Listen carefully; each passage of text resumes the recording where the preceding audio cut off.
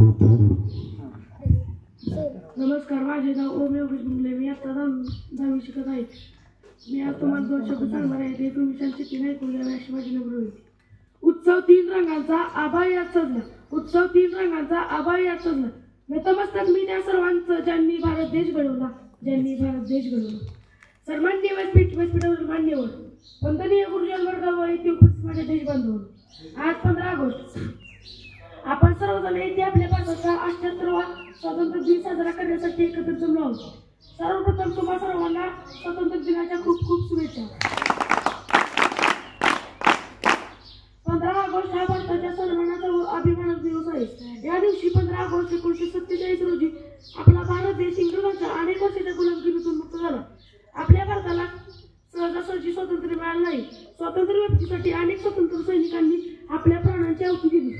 महात्मा गांधीजी, लोकमान्य टिळक, सुभाषचंद्र बोस, मंगल पांडे, भगतसिंग, सुखदेव, राजगुरू लाला लजपत राय अशा अनेक महान स्वातंत्र्यवीरांनी देशाच्या स्वातंत्र्य प्राप्तीसाठी प्राण लावले.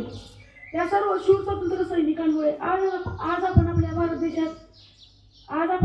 देशात सुखी संपन्न व प्रगती आहे. चला तर मग सर्वांनी एकत्र येऊन आपल्या भारत देशाला जगातील एक आदर्श देश बनवण्याचा प्रयत्न करू. जय हिंद, जय महाराष्ट्र. धन्यवाद.